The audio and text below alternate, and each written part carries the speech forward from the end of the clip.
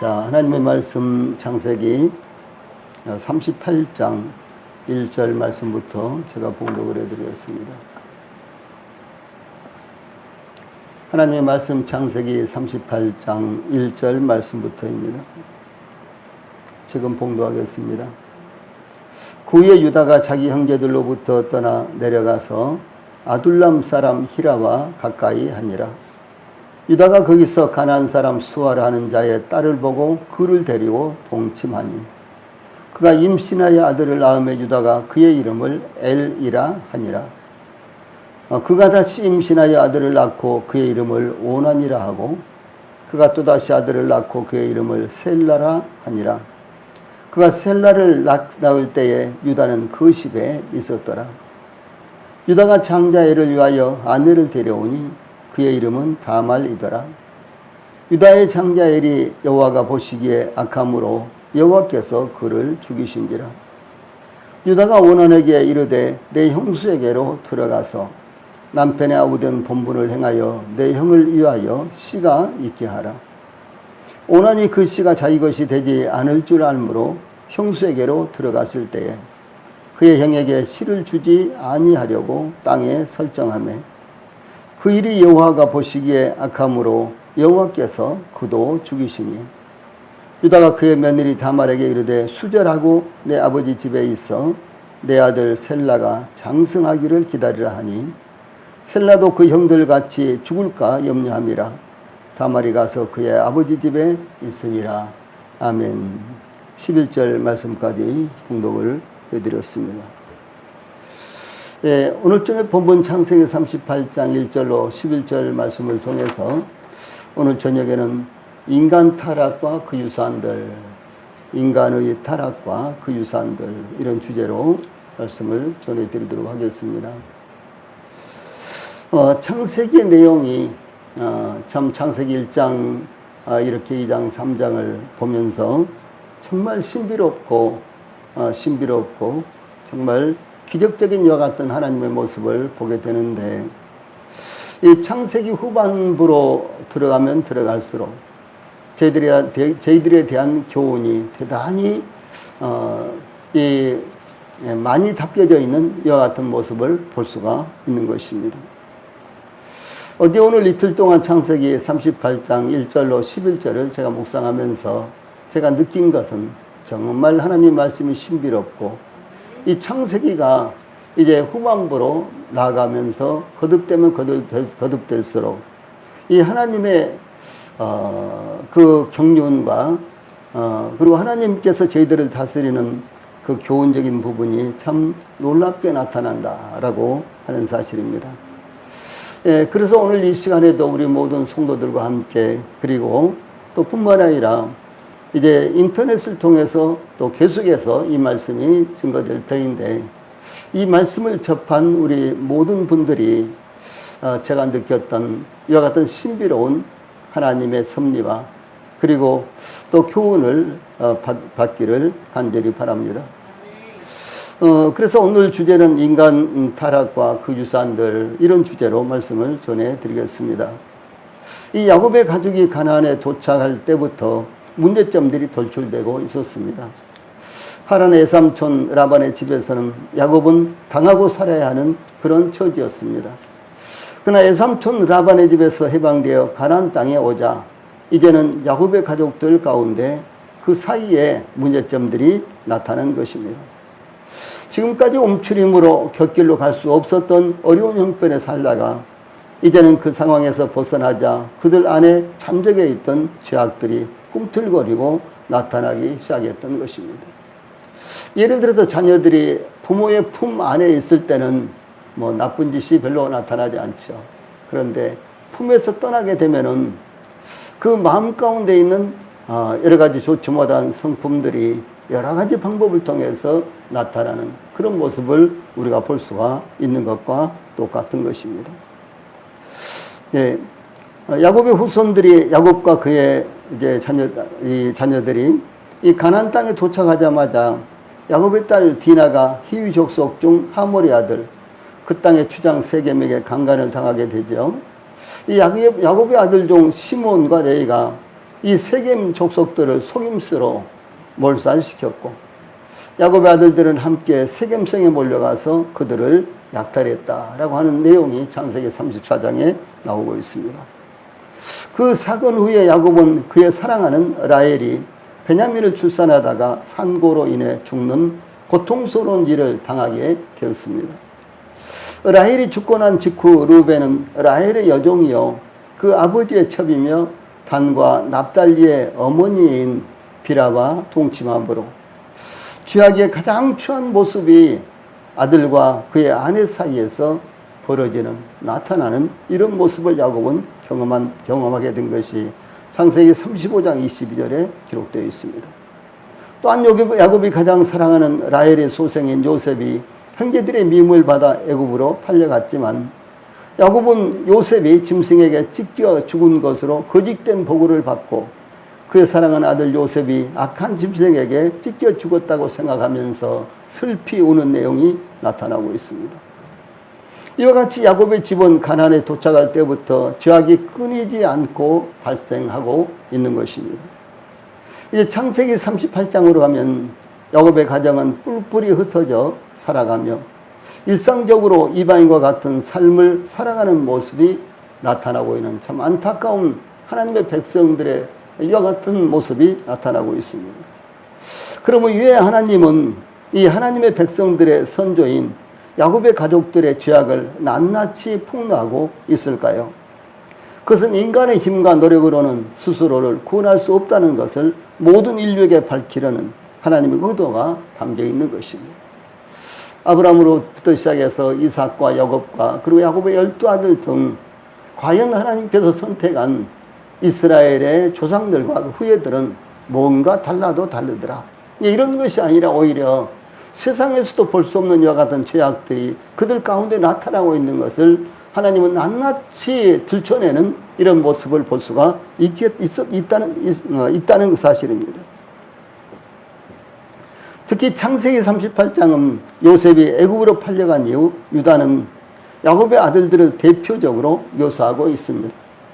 이미 르우벤은 장자의 지위를 잃어버렸으며 시므온과 레위는 장자로서의 자격을 상실하였는데 이제 넷째 아들 유다가 장자로서의 지위를 이어가야만 하는 상황이었습니다. 그래서 여기 유다가 나오는데 이 38장에 전체적으로 유다가 나오죠. 유다는 야곱의 12아들을 대표하는 이와 같은 인물로 나타나고 있는 것입니다.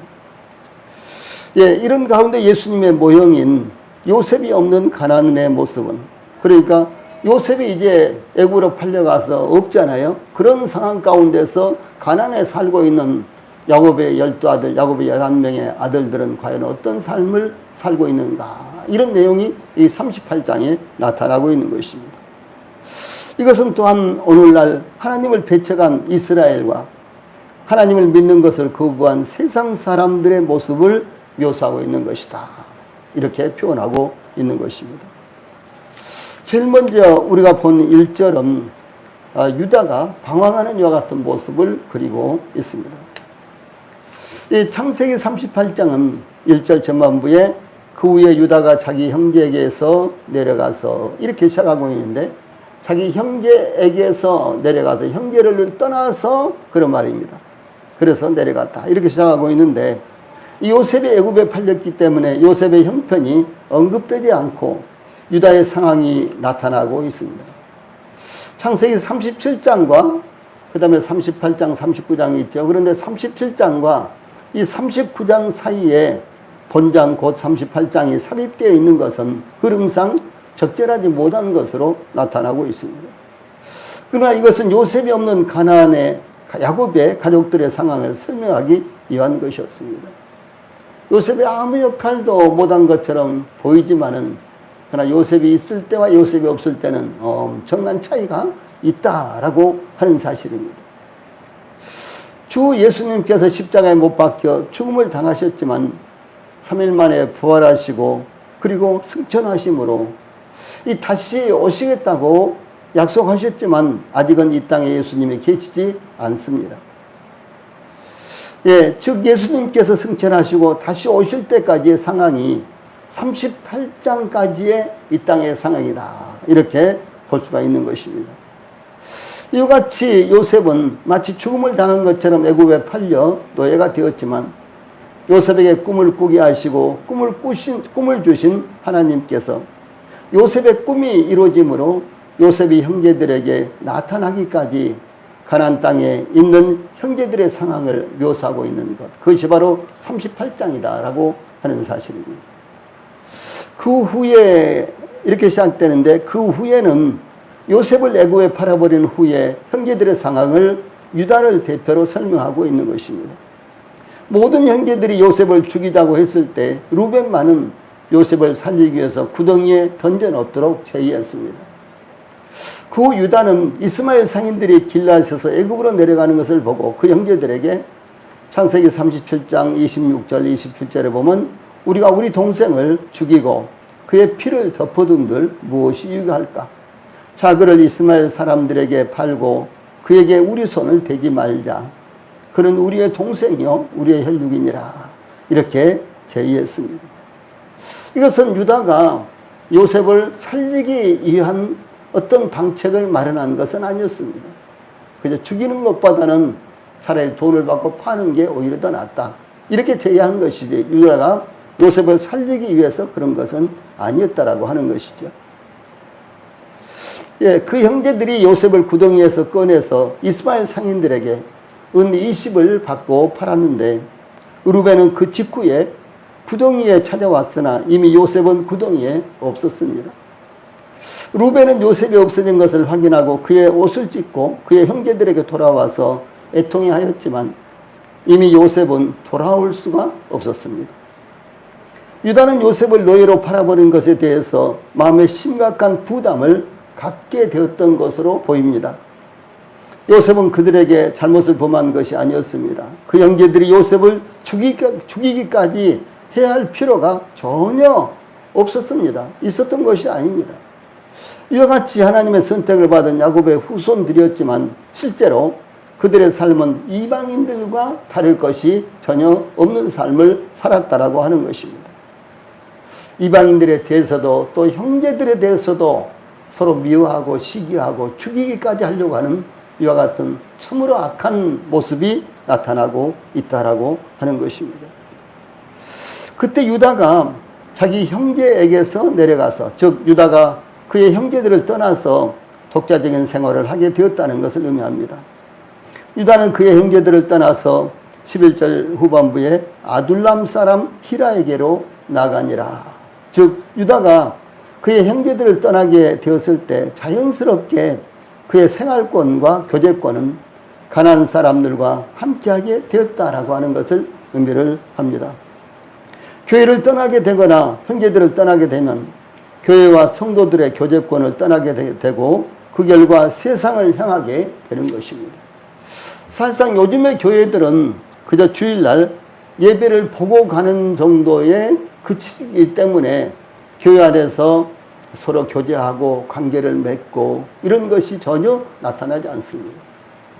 그러나 초대교회라든가 혹은 교회라든가 그 교회라는 그런 말씀의 의미가 교회는 단순히 예배를 본다든가 예배를 드린다든가 이런 것이 아니라 제일 중요한 것은 오히려 교제라고 하는 것이죠. 그래서 사도행전 2장 42절에 보면 초대교회의 특징에 4가지를 설명을 하고 있는데 제일 첫 번째가 사도의 가르침을 받아이죠. 이건 아주 기본적인 것입니다. 그래서 이 교회로 모일 때는 항상 설교가 있어야 되고 하나님 말씀을 배우고 교훈을 받는 일이 반드시 필요하다라고 하는 사실입니다.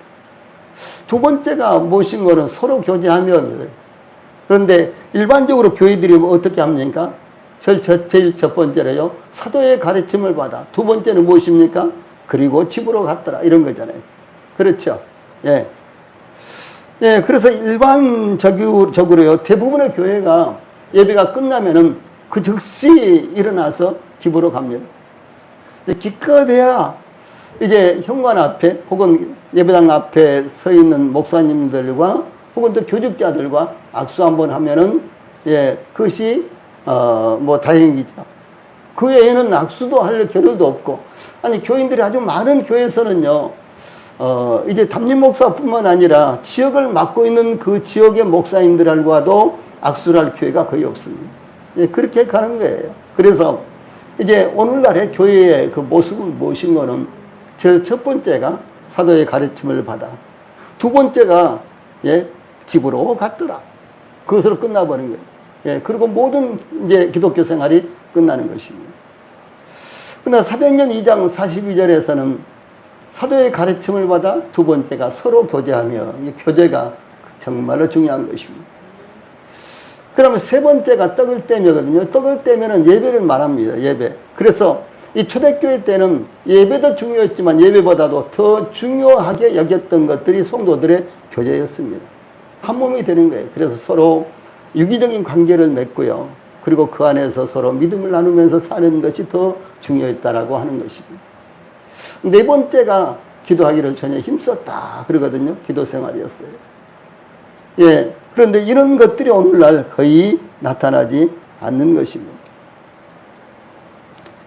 예. 그런데 이 본문에서 예, 유다가 자기 형제에게서 내려가서, 즉 유다가 그의 형제들을 떠나서 독자적인 생활을 하게 됐다는 거죠. 그 결과가 어떻게 될까요? 아두람 사람 히라에게로 나가니. 그래서 1절 후반절에 그래서 자연스럽게 그가 형제들에게서 떠나게 되니까 이방인들과 이 생활권과 교제권을 함께 하게 되는데, 그 이방인들이 바로 가난한 사람들이었습니다. 이와 같이 교회를 떠나게 되거나 형제들을 떠나게 되면 교회와 성도들의 교제권을 떠나게 되고 그 결과 세상을 향하게 된다라고 하는 사실을 여기서 우리가 발견할 수 있는 것입니다. 유다가 내려갔던 아둘람은 정리된 곳이라는 뜻으로요, 헤브론 북서쪽 약 24km에 있는, 그러니까 지중해 쪽으로 좀 가까운 곳이죠. 가나안 사람의 성읍으로 여호수아가 정복했던 가나안 31개의 성읍 중에 하나였던 사실이 여호수아서 12장 15절에 나타납니다. 그 부근에는 석회석 자연동굴이 많이 형성이 되었었는데 다윗이 도피할 때에 이 사울을 피해 숨었던 굴도 바로 거기에 있었습니다. 이와 같이 이제 그런 지역으로 유다가 그의 거처를 옮겨서 소위 가나안 사람들과 함께 생활하고 있는 이와 같은 모습이 여기 1절에 나타납니다. 그래서 유다가 그 후에 유다가 자기 형제에게서 내려가서 아둘람 사람 히라에게로 나가니라 라는 말씀은 하나님께서 선택하신 하나님의 백성으로서의 유다의 타락의 과정을 나타내고 있는 것입니다. 유다는 그의 형제들을 떠났습니다. 그것이 유다가 타락의 길을 걷기 시작하게 된 배경이 되었습니다. 예, 그러므로 때로는 교회가 부정적으로 보이는 것들도 나타날 수 있고, 은혜가 안 되는 일들이 나타난다고 할지라도 교회를 떠나게 되는 것, 교제권에서 떠나게 되는 것, 그것은 마치 유다가 그의 형제들을 떠나는 것과 같은 결과가 나타난다라고 하는 사실, 이 사실을 우리 성도들이 잊어서는 안 되는 것입니다. 유다가 자기 형제들을 떠나게 되자 자연스럽게 이방인들과, 그것도 이 가나안 사람들과 사귀게 되었습니다. 하나님의 백성들을 떠나면 이방인들과 필연적으로 관계를 형성하게 되는 것입니다. 그래서 하나님의 백성들과 얼마만큼 교제를 깊이 가지느냐에 따라서 이 세상과 얼마만큼 끊어진 삶을 사느냐, 세상과는 얼마나 이 분별된 다른 이와 같은 삶을 사느냐라는 척도가 되는 것입니다. 그래서 이것이 바로 이 타락의 전조의 현상입니다. 그러므로 어려움이 있어도 형제들과 함께 하는 것은 참으로 아름답고 귀한 것입니다. 다윗이 성전에 올라가면서 이 다음과 같이 찬양을 했습니다. 시편 133편 1절로 3절 말씀입니다. 보라, 형제가 연합하여 동거함이 어찌 그리 선하고 아름다운고, 머리에 있는 보배로운 기름이 수염 곧 아론의 수염에 흘러서 그의 옷깃까지 내림 같고, 헐몬의 이슬이 시온의 산들에 내림 같도다. 거기서 여호와께서 복을 명하셨나니 곧 영생이로다. 이런 찬양입니다. 이 형제가 연합하는 것을 하나님께서 아름답고 선하게 보시며 거기에 하나님께서 복을 주셨는데 곧 영생이다 라고 하는 것은 얼마나 놀라운 일입니까? 다음에 2절로 5절에서는 유다가 결혼하고 출산하는 아들들을 낳는 이와 같은 장면이 나타나고 있습니다. 유다가 형제들을 떠나 아둘람 사람 히라에게로 나갔는데 2절 유다가 거기서 가나안 사람 수아라는 자의 딸을 보고 그를 취하여 동침하니, 이 말씀은 유다가 가나안 사람들과 더불어 살다가 가나안 여인과 결혼을 했다는 것입니다. 예. 그래서 유다의 생활권이, 유다의 교제권이 가나안 사람들과 함께 있었기 때문에 유다는 자연스럽게 가나안 사람과 결혼을 하게 됐다라고 하는 것입니다. 그러니까 이건 아주 필연적인 것입니다. 예. 예, 그러므로 유다는 지금까지 아브라함과 이삭과 야곱에게 전해진 가나안 사람과의 결혼 문제를 스스로 깨뜨리고 귀한 문제로 여기지 않았다는 것을 의미합니다. 또한 아브라함이 애굽여인 하갈을 취하여 이스마엘을 낳음으로 오는 문제들, 에서가 40세의 헷족 속 부에리의 딸 유딧과 헷족 속 엘론의 딸 바스맛을 아내로 맞이했고, 또한 그 본처들 외에 아브라함의 아들 이스마엘의 딸이요 느바요스의 누이인 마할랏을 아내로 맞이했는데요. 예, 그것이 부모들을 기쁘게 하지 못했다는 것을, 유다는 그것을 깨닫지 못하고 있는 것입니다. 유다가 가나안 사람 수아의 딸과 결혼하게 된 것은 가나안 사람들과 어울려 살았기 때문이며, 유다의 마음에 가나안 사람들과의 차이를 느끼지 못하고 있었기 때문에 이 가나안 사람의 딸과 결혼하게 된 것은 너무나 자연스러운 결과가 된 것입니다. 이방인들과 처음에 교제할 때는 정말 말이 통하지 않는다, 도저히 아무것도 서로 이해가 맞지 않다, 이렇게 느끼지만은요, 자주 만나서 자주 교제하게 되면은 서로 비슷하게 느껴지는 것입니다. 예, 참 중요한 것입니다. 예. 오늘 얼마만큼 경건하고 이 성별된 삶을 사느냐, 이것이 지속적으로 이루어지면은 분별이 예민해지는 것입니다. 예, 그런데 그렇지 못하면요, 자기 자신도 모르게 점점 분별을 잃게 되는 거예요. 그것은 그만큼요, 세상에 오염이 되고 있다라고 하는 사실을 가리키는 것입니다. 유다의 결혼은 그가 가나안인들과 얼마나 깊은 관계에 있었는지, 또한 가나안의 세속적인 풍습에 얼마나 깊이 빠져 있었는지를 나타낸 것입니다. 그는 하나님의 백성으로서 성별되지 못하고 심각한 위험에 빠져 있었습니다. 여기 2절에 유다가 가나안 사람 수아라는 자의 딸을 보고 그를 취하여 결혼했다는 것은 가나안에 대한 하나님의 확실한 경고가 있었기 때문에 심각한 것이었습니다. 하나님께서 이스라엘이 애굽에서 올라온 후에도 가나안 사람과의 통혼은 절대적으로 금하셨습니다. 이방 여인이 이스라엘의 아들들을 유혹하여 여호와를 떠나게 하고 다른 신들을 섬기게 함으로 하나님의 진노가 임하실 것이기 때문에 하나님은 이 말씀을 계속해서 반복적으로 하신 것입니다. 예를 들어서 출애굽기 24장 16절, 신명기 7장 1절로 4절, 여호수아서 23장 12절 13절, 느헤미야서 13장 23절 23절로 27절, 말라기에서 2장 11절 등등 이와 같은 말씀이 반복적으로 구약성경이나 신약성경에서 나타나고 있는 것입니다. 이 가나안 사람들의 죄악에 대해서 하나님께서 아브라함에게 창세기 15장 16절에 내 자손은 4대 만에 이 땅으로 돌아오리니 이는 아무리 족속의 죄악이 아직 가득 차지 아니함이니라, 이렇게 말씀하셨던 것입니다. 무슨 말씀이고는 이 가나안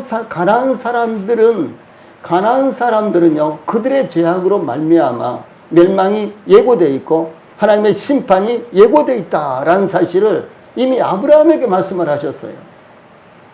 이미 이것을 아브라함에게 말씀하셨는데 유다는 이것을 귀중하게 여기지 않았다라고 하는 것입니다. 이와 같이 유다의 가나안 여인과의 결혼은 이스라엘이 애굽으로 내려가야 하는 필연성이 있는 것을 증거한 것입니다. 무슨 말인 거는요, 이제 이스라엘 백성들이 가나안 땅에 계속해서 머물러 살다가는, 다시 말해서 이 야곱의 후손들이, 애굽으로 내려간 후손들이 70명이었죠. 그런데 그들이 이 가나안 땅에서 계속해서 눌러 살다가는 틀림없이 가나안화, 그러니까 가나안 사람들과 같이 변할 것을 하나님께서는 우려하시고요. 그래서 이스라엘 백성들이 필연적으로 가나안을 떠나서 하나님께서 예비해 두신 저 애굽의 고센 지역에 가서 애굽 사람들의 영향도 받지 않고 가나안 사람들의 영향도 받지 않으면서 그곳에서 이제 순결하고 그리고 경건하게 이스라엘 백성들이 보존될 것을 하나님께서 필연적으로 제시했다라고 하는 사실입니다. 이 다른 말로 하면 이스라엘 백성들이 가나안 땅에 더 이상 살아서는 안 된다라고 하는 이런 필연성을 하나님께서 제시하신 것입니다. 그러므로 하나님은 때가 찰 때까지 그들을 애굽에서 연단시키며 언약 백성으로서 순수성을 보존시킬 필요성이 있었던 것입니다. 유다가 가나안 사람 수아의 딸을 아내로 취하였는데 유다가 아내로 삼았던 가나안 사람 수아의 딸의 이름은 성경에 나타나지 않습니다.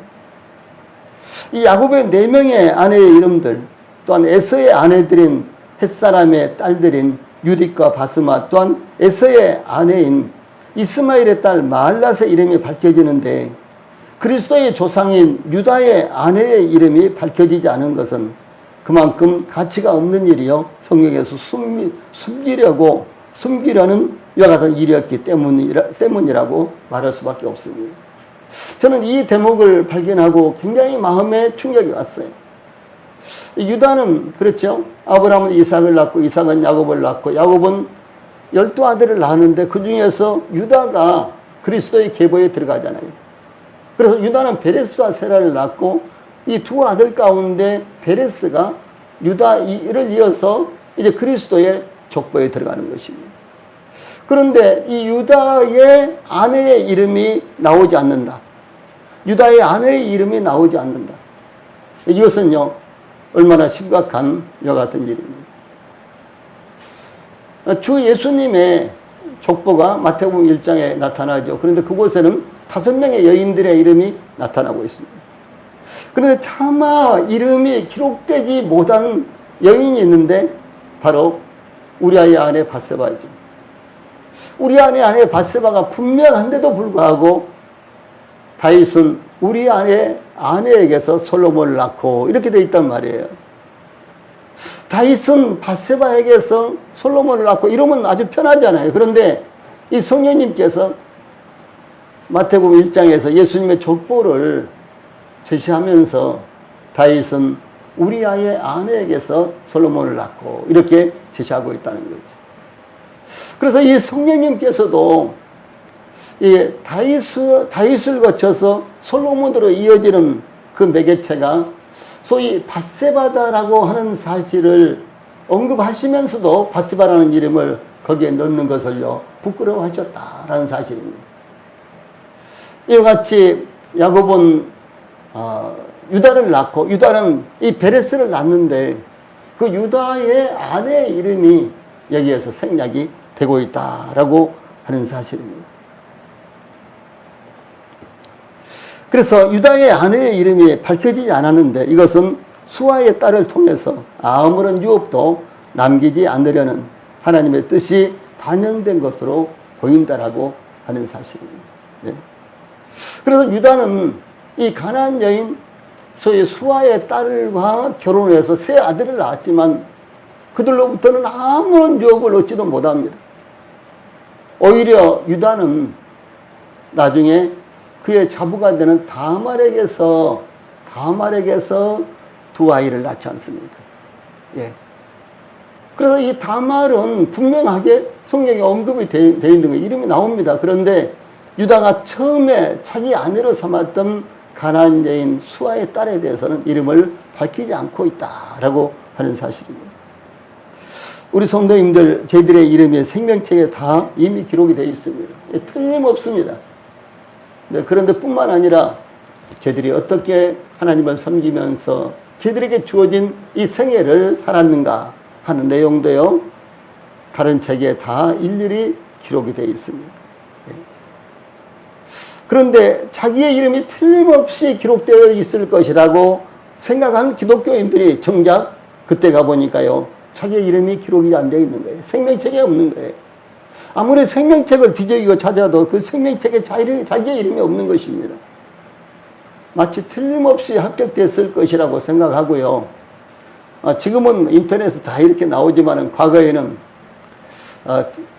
이제 중학교 때도 시험을 봤죠. 저희들 때는요. 중학교 들어갈 때도 시험 봤습니다. 그러면 이제 시험 그 합격자 날짜에 시험 본 중학교에 가서 쫙 이렇게 보면요, 쫙 이름을 써서 붙여놨습니다. 뭐 몇백 명이 되면 몇백 명 이렇게요. 근데 그 중에서 자기 이름을 찾는 거예요. 와, 내 이름 저기 있다. 근데 같이 간 친구는 자기 이름이 없는 거예요. 저희 마을에 저보다도 4년 선배인 그런 형이 이제 그 4명인가 이렇게 함께 중학교 시험을 봤는데, 그런데 3명은 합격이 돼서 이름이 있는데 자기 이름은 합격자 명단에 이름이 없는 거예요. 그래서 이제 함께 합격자 발표를 하는데 이제 학교 가서 보니까 3명은 이름이 있는데 자기 이름은 없으니까 얼마나 비록 뭐 어렸지만 14살 5살 때니까 어렸지만은 얼마나 풀이 죽겠습니까. 그래 이제 다시 마을까지 왔는데 이제 3명은 아주 의기양양해서 합격했다 그러면서 동네로 올라가는데 그 형 하나는요, 합격이 안 된 그 형 하나는 이제 올라가다가 이제 큰 길에서 동네로 올라오는 길에 우리 집에 한 200m 정도 올라오면 우리 집이 있는데, 우리 집에서 이제 저희들이 놀고 있으니까 거기 와가지고 물끄러미 이렇게 저희들을 쳐다보면서 웃지도 못하고 울지도 못하고 저녁 어두울 때까지 그렇게 있다가 집으로 간 모습이 지금도 생각이 납니다. 네.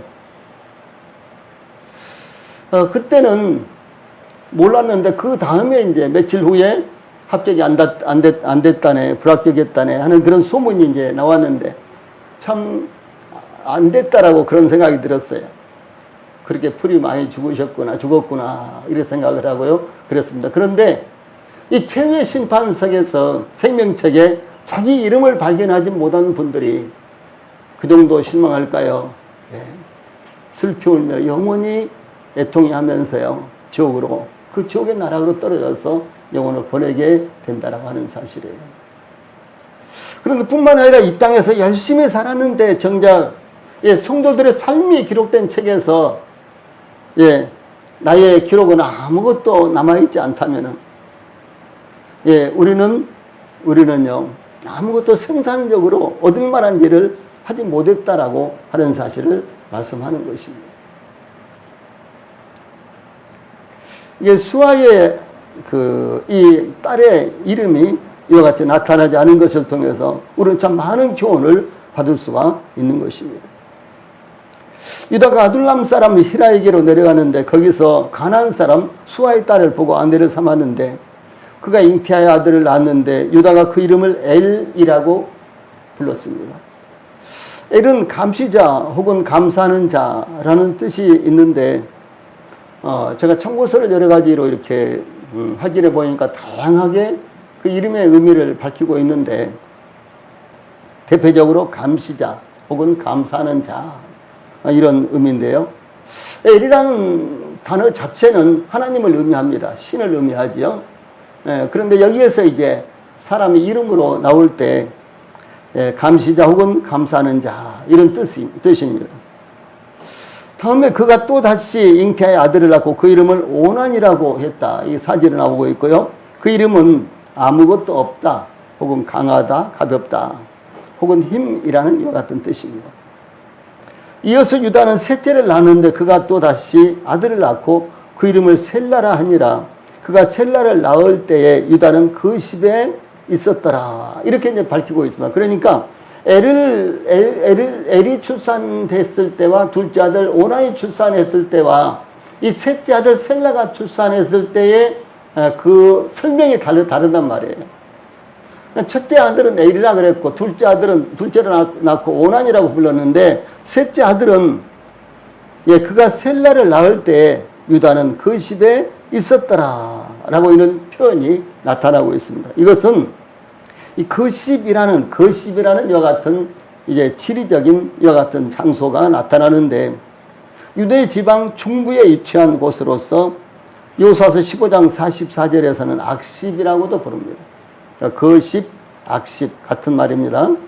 그러므로 유다의 아내가 셋째 아들 셀라를 낳을 때 유다가 거십에 있었기 때문에 그의 아내가 아들을 낳을 때에 어려운 일이 없기를 바라면서 유다가 기도했기 때문에 기도라는 의미의 이름인 셀라라고 이름을 붙였다라고 하는 것입니다.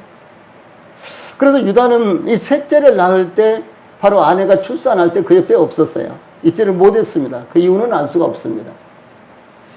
아마 그의 형제들이 양들을 돌보는데 거기 잠깐 갔는지도 모르겠습니다. 그래서 유다가 그곳에 없었기 때문에 그는 자기 아내가 셋째를 낳을 때 아무 일도 없기를 바라면서 평안하게 그리고 건강하게 아이를 낳기를 바라면서 그 아이의 이름을 셀라 이렇게 불렀다라고 하는 사실입니다. 그러므로 유다는 가나안 사람 수아의 딸로부터 3명의 아들을 낳았는데 세 아들 모두를 가나안에서 낳았다는 것을 밝히기 위해서 유다는 그 집에 있었더라라고도 이렇게 증가하고 있는 것을 볼 수가 있는 것입니다. 이와 같이 유다는 가나안의 아둘람 사람 히라와 가까이 지내다가 이삭과 야곱의 전례를 벗어나 가나안 사람 수아의 딸을 아내로 삼아 3명의 아들을 낳았습니다. 이방 여인과의 결혼이 선민 이스라엘에게는 위험하고도 하나님의 뜻을 따르지 않는 것임에도 불구하고 유다는 가나안 여인과 결혼했으며 또한 3 아들을 낳았다는 것입니다. 다른 아들들의 경우는 언급되지 않았지만 유다를 볼 때 야곱의 아들들의 죄악은 좀처럼 끝나지 않은 것으로 나타나고 있다고 하는 사실입니다. 이 유다가 3명의 아들을 모두 다 이 가나안 여인에게서 가나안 땅에서 낳았다고 하는 것은 이미 그들이 아주 깊이 가난화 되어 있다는 이와 같은 사실을 말씀하려고 하는 것입니다.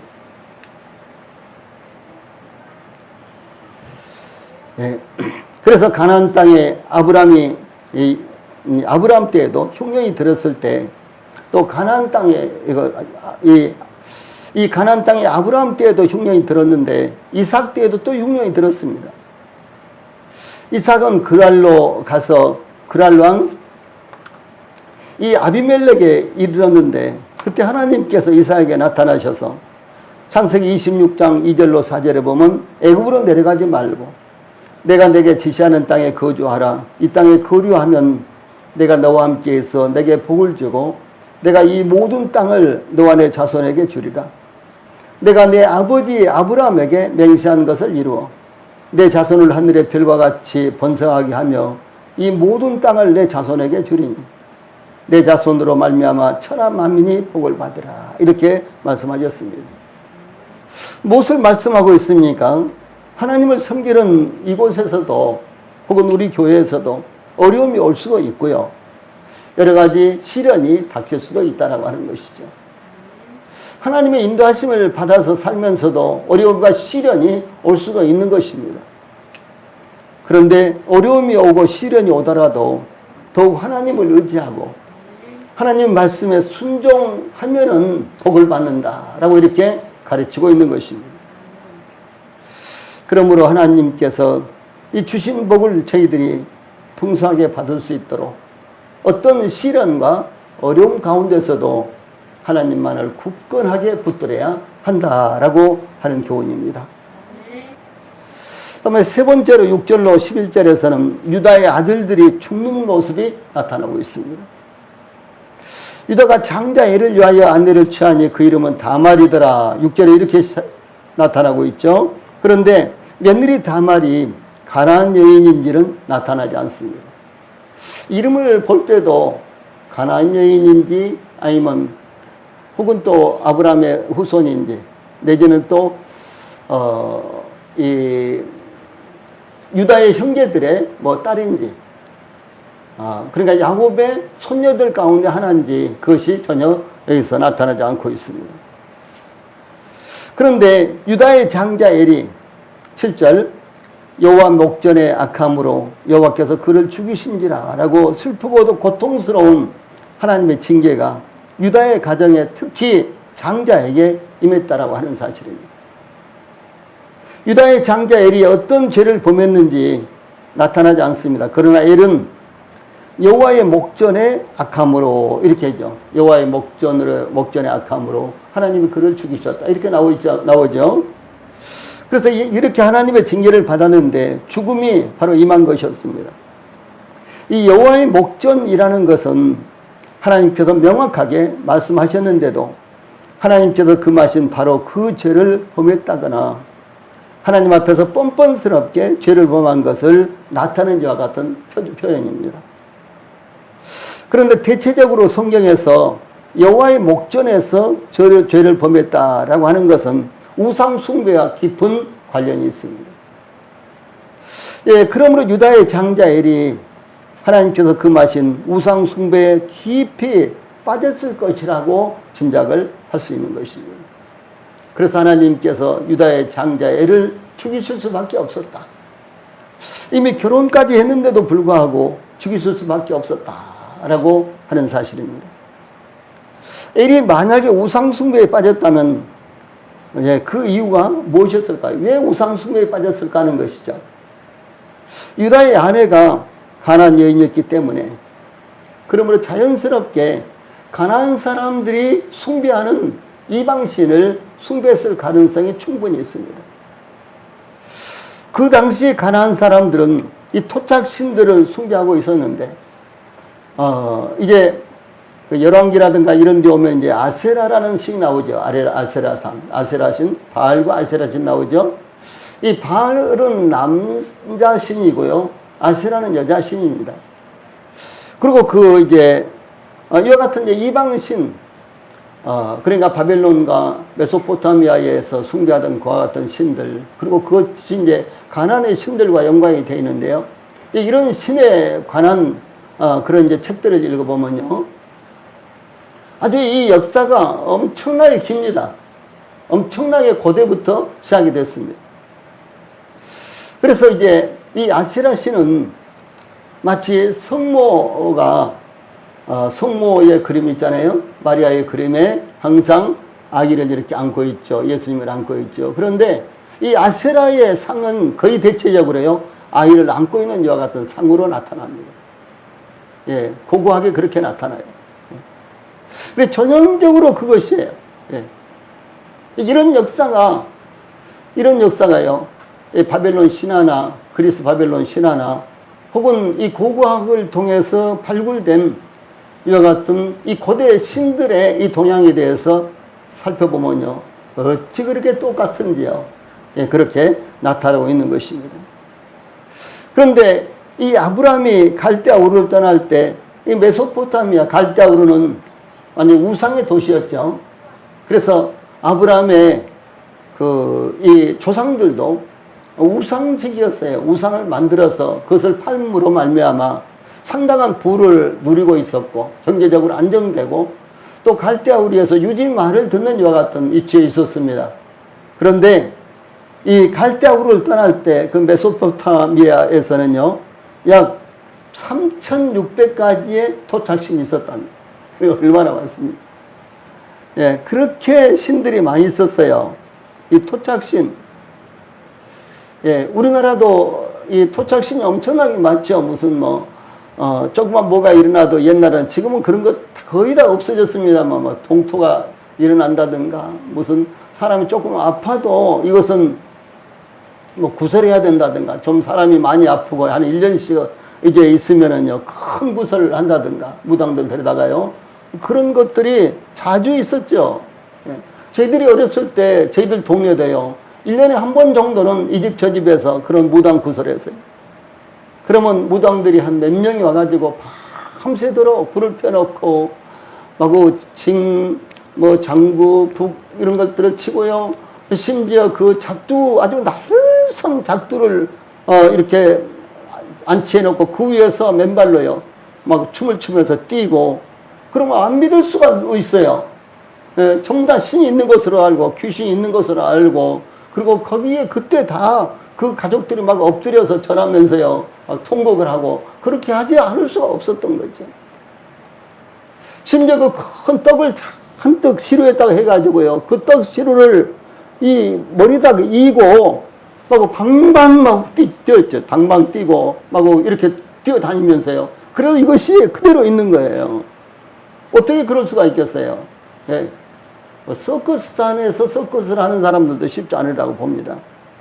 예, 무당들이 그런 구슬을 막 했습니다. 밤새도록 노래를 부르고, 그 무당 노래를 부르고요. 뭐, 그러면 그런 이제 일들을 했죠. 예, 그렇게 해서 병을 고친다고 하고요. 예, 그렇게 했습니다. 그런데 그 당시, 아브라함 당시에도요, 3,600가지나 되는 토착신이 있었답니다. 그리고 그 신들을 숭배하고 있었답니다. 그런데 그 중에서 야곱 시대까지 내려오고 이 가나안 땅에서 가장 번성했던 신이 달신이에요. 달, 저 하늘에 있는 달 있잖아요. 그 달을 숭배하는 달신이었습니다. 그러므로 유다의 맏아들 엘이 이와 같은 우상 숭배에 깊이 빠졌기 때문에 하나님께서 그를 죽이신 것으로 이렇게 보입니다. 예, 예를 들어서 메소포타미아 하란에 이제 야곱의 삼촌 라반은 하나님도 숭배하고 토착신도 숭배하는 그런 사람이었죠. 예. 예. 그래서 이렇게 어떻게 보면 어떤 측면에서 보면 하나님을 섬기는 것 같은데 어떻게 보면 또 우상 숭배고요. 이제 이런 종교에서부터 시작해서 각가지 우상 숭배가 만연됐습니다. 그 다음에 8절에 보면은 이 맏아들 엘이 죽자 유다가 오난에게 둘째 아들에게 이르기를 내 형수에게로 들어가서 남편의 아우의 본분을 행하여 내 형을 위하여 씨가 있게 하라 이렇게 지시했습니다. 이 맏아들이 죽자 둘째 아들 오난에게 형수와 동침하여 이제 형수하고 결혼해라 그런 말이죠. 둘째 아들을 이제 맏아들이 죽으니까 둘째 아들을 형수에게 결혼하도록 이렇게 하는 것입니다. 그래서 남편의 아우의 본분을 행하여 형의 씨가 끊어지지 않게 하라라고 하는 것입니다. 그래서 이것을 가리켜서 성경에서 계대 결혼이라고 하는데요. 수혼이라고도 합니다. 뭐 주고받고 하는 이런 결혼 그런 말이죠. 그래서 계대 결혼 혹은 수혼이라고도 이렇게 하는데요. 이 제도는 상속인이 없이 죽은 형제의 대를 이어주기 위해서 그래서 예를 들어서 형제가 둘이나 5명 살았는데 맏형이 결혼을 했는데 혹은 결혼을 하기도 전에 죽었어요. 그러면 이 둘째가 결혼을 하고 죽었다면은 둘째가 이 형수하고 결혼을 하는 거예요. 그래서 자식을 낳아서 형의 대를 잇도록 한 거고. 만약 이 형이 결혼도 않고 죽으면은 이 둘째가 아들을 낳아서 형 앞으로 이렇게 대를 잇게 만드는 거예요. 이런 것을 가리켜서 이제 계대 결혼 혹은 수혼 이렇게도 합니다. 그래서 이제 형제의 대를 이어주기 위해서 죽은 자의 형제나 그 친척이 그 죽은 자의 처와 결혼하여 아들을 낳아주던 이런 관습이었습니다. 이 관습의 목적은 자식 없이 불쌍히 죽은 형제의 가문을 이렇게 세우고 그의 가족과 이름을 기억하며 보존하게 하는 데 있었습니다. 그러므로 다른 형제는 긍휼과 희생 또한 형제 사랑의 정신으로 그 의무를 준수해야 하는 것이었습니다. 그런데 이것은 이제 풍습이었는데 이 풍습이 훗날 모세의 율법에도 법으로 나타난다고 하는 것이죠. 그래서 신명기 25장 5절로 6절에 나타나 있고요. 주 예수님께서 지상에 계실 때도 만약 형제가 형이 결혼했는데 아이가 없이 죽으면은 둘째가 어떻게 할까요? 셋째, 넷째, 다섯째, 일곱째가 전부 다 그 형수와 결혼했는데 다 아들이 없이 죽었습니다. 그러면은 그 형수는 나중에 부활 때에 누구의 아내가 될까? 이런 질문을 했죠. 그러니까 주 예수님을 아주 함정에 빠뜨리기 위해서 그야말로 기가 막히게 고안해낸 이런 질문이었었죠. 그런데 이것이 이제 하나의 풍습이었는데 성경에도 도입이 됐다는 것이죠. 만약 시동생이 형수와 결혼하는 것을 싫어하거나 거부하면 공중 앞에서 심한 모욕을 주어 낙인이 찍히도록 했습니다. 마치 우리나라에서 과거에 아들이 없는 형제를 위해서 양자를 세우는 경우와 같은 제도였습니다. 그래서 이제 형제들이 이렇게 살면은 첫째가 아들이 없거나 둘째가 아들이 없거나 간에 이 아들이 없으면은 첫째가 아들이 많으면 둘째한테 아들을 하나 주고 아니면 뭐 셋째가 아들을 둘째한테 하나 주고 그래서 이제 양자로 해서 그 대를 잇게 하는 거예요. 그래 이제 아들이 그래서 이제 양자로 주면은 그 아이가 어렸을 때 양자로 주면 어렸을 때부터 그 집에 가서 사는 것입니다. 아들로서 사는 거예요. 내지는 뭐 한 20살 뭐 이렇게 됐을 때요. 우리 집안에서도 그런 일이 있었어요. 그래서 한 20살 이렇게 돼서 그 집에 아들이 없는 거예요. 그리고 아들을 낳을 수도 없고. 그러니까 이제 그 집에 이제 이렇게 아들을 주는 거예요. 양자로요. 네, 그런 일들이 있었습니다. 근데 이제 힘이 있고 그런 집안에서는요, 아들이 여러 명이라도 안 주는 거예요. 그러니까 달라고 내놓으라고 말 못하고 좀 힘도 없고 그런 집에요, 아들이 2명이라도 그 중에 하나를 이렇게 양자로 보내는, 그래서 뭐 옥신각신하고 하는 그런 일들이 있었어요. 실제로 있었습니다. 예, 그래서 이제 이런 모습들을 이제 우리나라에서도 볼 수가 있는데 그와 비슷한 것입니다. 그러므로 유다는 둘째 아들 오난에게 형수에게로 들어가서 아들을 낳아 형 엘의 대를 잇게 하라고 지시를 했는데 9절에 오난이 그 씨가 자기 것이 되지 않을 줄 알므로 형수에게 들어갔을 때에 형에게 아들을 얻게 아니하려고 땅에 설정하며, 그래서 오난은 아들을 낳는다고 할지라도 자신의 대를 잇는 것이 아니라 형의 대를 잇는 것이기 때문에 아들을 낳지 않으려고 시도를 했던 것입니다. 하나님께서는 오난의 이와 같은 행동을 보시자 10절에 그 일이 여호와 목전에 악함으로 여호와께서 그도 죽이시니 라고 이렇게 증가하고 있습니다. 이것은 하나님께서도 계대 결혼을 합당한 것으로 여기셨으며 그것을 거부하는 오난을 죽이셨다는 것입니다. 이것은 신적 기운을 가진 결혼을 모독하는 죄를 범했기 때문이며 가족의 대를 잇는 것을 구약성경에서는 굉장히 중요하게 여겼죠. 그런데 이것을 타산적 탐심으로만 생각했기 때문에 오난이 죽은 것입니다. 그래서 유다는 불시에 두 아들을 잃어버렸습니다. 그래서 11절에 유다가 그 며느리 다말에게 이르되 수절하고 내 아비 집에 있어서 내 아비 집으로 가서 내 아들 셀라가 장성하기를 기다리라. 전반부에 이런 말씀이 나오죠. 이렇게 이제 지시를 하는데 사실은 유다의 마음속에 11절 후반부에 셀라도 그 형들 같이 죽을까 염려함이라. 11절 중반부에 이런 말씀이 나오죠. 유다는 그 며느리 다말 때문에 아들들이 죽은 것으로 생각했던 것입니다. 이제 두 아들이 죽었는데 셋째 아들 셀라도 다말에게 죽었다간 죽는 것이 아닌가 하는 두려움이 앞서서 셀라를 다말에게 며느리에게 주지 않고요, 집에 가서 기다리라 이렇게 말합니다. 그래서 유다는 며느리 다말에게 수절하고 즉 과부로 지내면서 친정으로 가서 셀라가 장성하기를 기다리라고 지시했습니다. 그러나 유다의 생각은 두 아들이 죽은 것은 하나님 앞에서 악했기 때문인데 7절과 10절에 나오죠. 예, 그렇게 생각하지 않고 일찍 결혼을 시켰기 때문이라거나 혹은 며느리 다말이 불결한 여인일지 모른다는 생각을 했던 것입니다. 아들들이 죽은 것이 아들들의 죄의 문제가 아니라 며느리 다말의 문제라고 생각이 들었던 것입니다. 그 문제를 며느리 다말에게 돌렸던 것입니다. 그러므로 며느리 다말을 위로하기보다는 셀라가 장성하기까지 친정에 가서 기다리라 라고 하는 막연한 약속을 하면서 소박을 놓아 내쫓듯 친정으로 보내버렸던 것입니다.